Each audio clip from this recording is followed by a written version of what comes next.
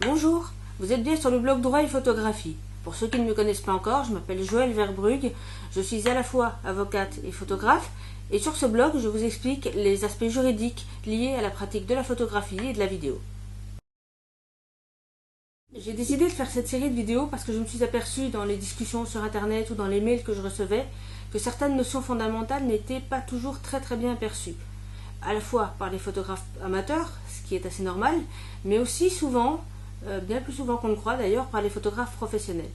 Et donc je me suis dit que j'allais changer un petit peu mon mode habituel de communication et au lieu de vous proposer un écrit, vous proposer des vidéos pour voir si éventuellement le message passait un petit peu mieux. Et pour commencer cette série de vidéos, je vais vous parler de la notion de cession de droit.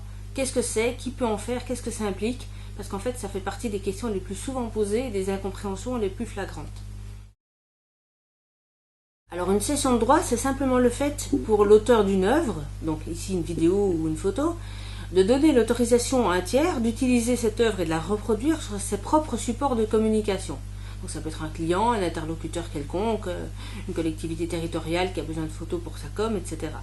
Et on va voir dans cette vidéo qui peut faire une cession de droit et qu'est-ce que ça implique en pratique. Avant de vous parler des cessions de droit elles-mêmes, il faut d'abord que je vous rappelle quelles sont les composantes d'un droit d'auteur. En effet, à partir du moment où vous créez une œuvre, le Code de la propriété intellectuelle vous confère deux types de droits. On a d'un côté les droits moraux et de l'autre côté les droits patrimoniaux. Dans les droits moraux, j'évoque les deux qui sont les plus souvent invoqués en matière de photographie. Il y a essentiellement le droit au respect du nom, c'est-à-dire le droit d'exiger que votre nom soit reproduit et soit mentionné à côté de chaque reproduction de votre photographie, de votre vidéo.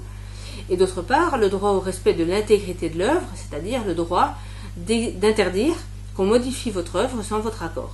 Ces droits sont perpétuels, on dit qu'ils sont imprescriptibles, c'est-à-dire qu'ils ne s'éteindront jamais, et d'autre part, ils sont incessibles, c'est-à-dire qu'une clause par laquelle on tenterait de vous imposer de les céder à un tiers ne serait pas valable. Et d'autre part, il y a les droits patrimoniaux qui, eux, touchent à la valeur patrimoniale de l'œuvre et qui vont vous permettre de céder des droits de reproduction à des tiers et d'être rémunérés sous forme de droits d'auteur.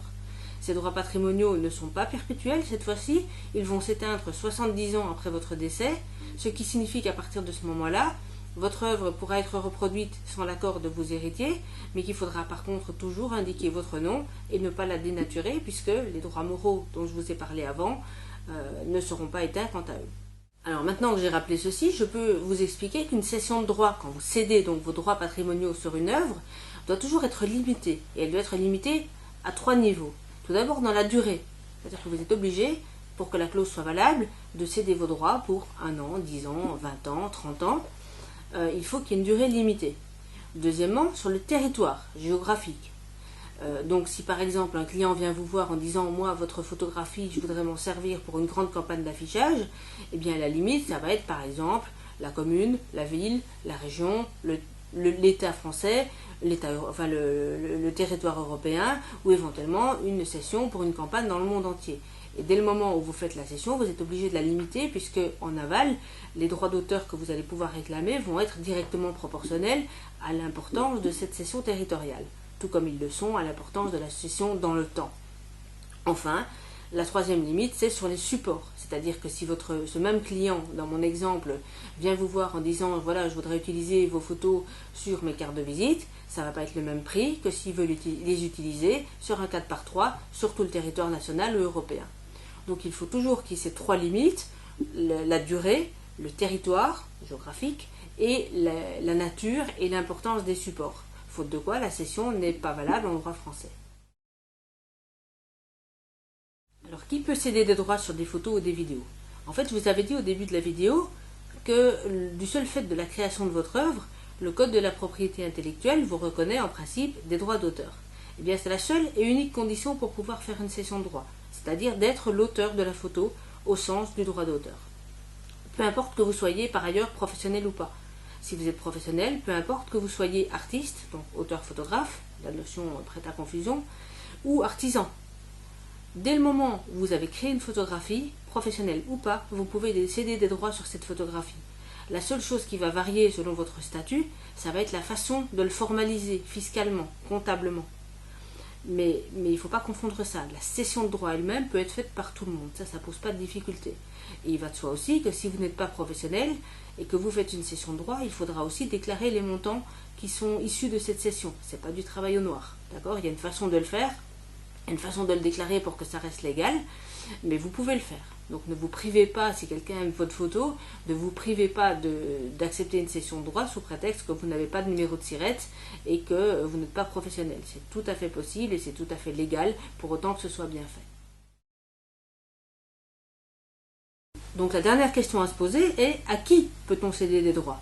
En effet, pour qu'il y ait cession de droit, il faut nécessairement, puisqu'on cède le droit de reproduire une photo, une œuvre, il faut nécessairement que la partie à qui on la cède la reproduise et s'en serve pour sa communication. Alors ça peut être une entreprise qui a besoin de photos pour sa publicité, ça peut être une collectivité territoriale pour une campagne de communication quelconque, ça peut être un artiste de scène qui a besoin de photos pour son book, pour la couverture d'un CD, ça peut être un mannequin qui a besoin de se constituer un book pour trouver d'autres séances et d'autres clients. Dès le moment où votre interlocuteur va utiliser les photos pour sa propre communication, on parle bien d'une cession de droit. Par contre, si vous êtes artisan photographe et que vous faites des photos de mariage, des photos de naissance, etc., qui n'ont de vocation qu'à servir à un niveau familial, à ce moment-là, il ne s'agit plus d'une cession de droit, il s'agit d'une livraison de produits, tout simplement. Ça ne dispense pas vos clients, famille, mariés, etc., de respecter vos droits d'auteur, ça sont deux choses différentes, mais juridiquement, l'opération s'analyse en une livraison de produits et non plus en une cession de droit. Donc, s'il fallait synthétiser cette question de cession de droit en 3 grands points, première condition, il faut être l'auteur de la photo au sens du droit d'auteur pour pouvoir céder des droits. D'accord ? On ne peut pas vendre une voiture dont on n'est pas propriétaire, on ne peut pas non plus céder des droits sur une photo dont on n'est pas l'auteur. Mais il suffit d'être cet auteur. On ne doit pas obligatoirement être un photographe ou un vidéaste professionnel. Deuxièmement, on doit céder les droits uniquement à une structure qui va utiliser, qui va reproduire cette photographie pour ses propres besoins en communication. Sinon, il y a simplement livraison de produits s'il s'agit de livrer par exemple des tirages à une famille.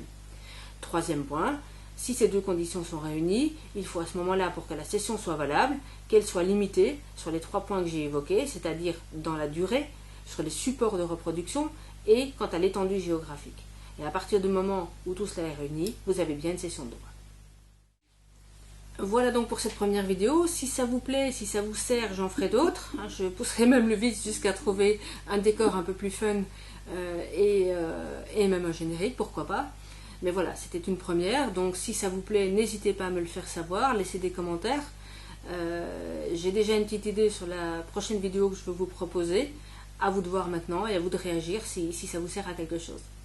Voilà, à très bientôt, au revoir.